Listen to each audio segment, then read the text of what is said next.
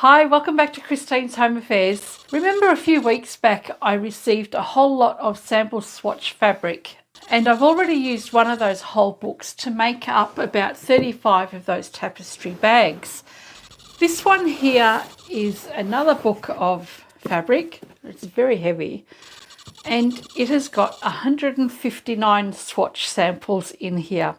I counted them. It's a sample book by Warwick Fabric, and in there you'll see the first 3 rows. You've got a couple of short pieces. After the first 3, they're all exactly the same length. Your mission, should you choose to accept it, is to tell me what I'm going to make. Next week, Chris and I are going away for a few days. I'm going to give you until I come back to let me know what you think I should be making with these pieces of fabric. I'll get the screwdriver and I'll open it up and give you a closer look of the fabric, and I'll take some measurements as well so that you can give me some ideas as to what you might like me to make. I do have a couple of ideas, but I'm wanting to know what you'd like me to do in a video using these swatch samples. I've not had to pull apart one of these big books before, but it looks like it's just got a few screws in the top there. Hopefully they'll come out really easily. The fabric does have paper on the other side of it, so they're going to be a pain to get off, especially with 159 pieces. Oh, that's easy enough. I'm really keen to find out what ideas you guys come up with. I've discovered there's a fair bit of crackling throughout this video, so I do apologise for that. I think my microphone must have been going flat at the time. The cardboard's very securely stuck in place, so I'm going to use the screwdriver to try and prise out some of those really long staples. There's so many in here. It's so well put together. Wow, they have all sorts of nails and screws. Check out the size of that. I'm having a little bit of trouble trying to get all of these staples out. I'm using the screwdriver to try and lever up those staples and then to get in underneath and pull them out. I might have to go and get Chris to give me a hand with these. I don't have the strength in my shoulder yet to get all of these nails and screws out. So I'll just go and get him and then we'll see what we've got.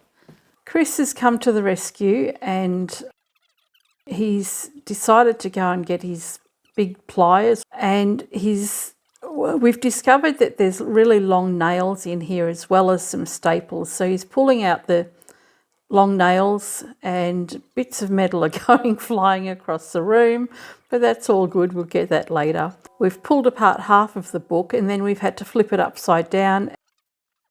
And Chris is getting some more of those nails out. It's not been an easy job either, because Chris had his shoulder reconstruction done 12 months before I had mine, and he's still trying to get some strength back in his shoulders as well, but he's doing a much better job than what I could do. I'll be measuring all of these pieces very soon. When you're thinking about what you'd like me to make with these, it doesn't have to just be with single strips of fabric. You know I like to put everything back together again. So aside from a quilt, I really don't want to make any more quilts.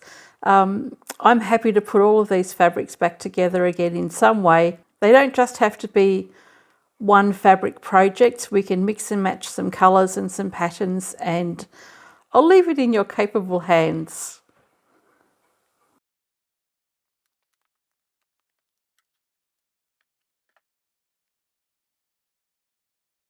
So can you imagine this entire book was destined to landfill? Once the companies don't need the fabric anymore, a lot of them just get thrown out. I've managed to pull this apart and salvage everything that I can from it. All the cardboard will now go into recycling. All the nails and staples and things, Chris has helped me pull them out. They'll go into his metal scrap bins. And these tall screw post things that were in here, I'm going to keep those for another project. And the handle that you carry the book with, I'm going to keep that because that will actually come in handy as a handle for a project one day. So all of those things will go into my drawers. And now I am left with 159 pieces of fabric. What are we going to make? Let's check the measurements. Okay, here are the measurements that we've got. Now, I'm only going to measure what usable fabric we've got. We have a hole in the top of every single piece of fabric here. So they're the holes that are left over from the post. Feel free to think of a project where I might be able to use that hole in a product. The measurements that I have 3 of these, 5 3/4 inches of usable fabric that way and 5 1/4 that way. All of the fabrics are 5 1/4 inches wide. So I have 3 pieces of that. I have 3 pieces of this one that is 7 1/2 inches of usable fabric by 5 1/4. I have 3 pieces of this one that is 9 inches in length by 5 3/4. And then I have 150 pieces. Oh no, and there's more staples. I have 150 pieces that are 10 1/2 inches in length by 5 1/4 inches. So with those measurements in mind, you guys can come up with an idea. Let's have a look at some of these fabrics. I've been just flicking through it and they're just gorgeous. For the last few days I've been flicking through this folder and I just love the fabric. There are so many colours in here and patterns as well. Oh, isn't that gorgeous? That is just beautiful. Some of them will be a directional fabric. Oh, that's nice. I do love geometric fat shapes. So we've got some blues and pinks in here. Oh, they're nice. I get so excited when I see these. So now this one here is a directional fabric. So we do in every colourway, there's going to be at least one of these. But everything else can be used in either direction.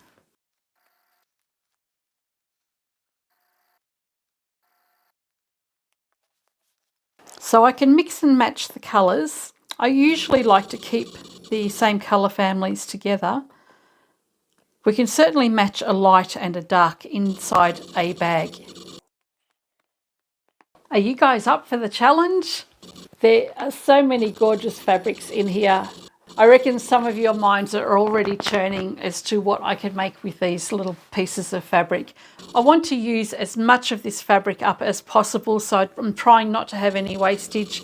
I'm not concerned about the paper on the back because I'll use my heat press to get most of it off, and whatever's left over will be incorporated in linings. So the other requirement is that the project that you come up with needs to be lined, because I do keep some of this paper in there. Otherwise, too much fabric will be wasted when I have to cut off the paper. So a minimal waste project, small pieces of fabric. You saw the dimensions up on the screen. That's what we've got to work with. Give me your best ideas. I'll choose some projects that you have suggested, and when I come back from our little break next week at the farm, I'll get cracking and start processing all of this fabric. I'm really excited about it. So leave your ideas in the comments section below. I'm only going to leave the comments open until I come back, and once I come back and start working on it, then I'll close comments for this particular video. Otherwise, I'll get messages for the next 12 months and the fabric will already be used. So you've got about a week to come up with 159 ideas for these fabrics. I hope you've enjoyed this little video. I hope you enjoy the challenge as much as I will. And I shall catch you next time. Bye for now.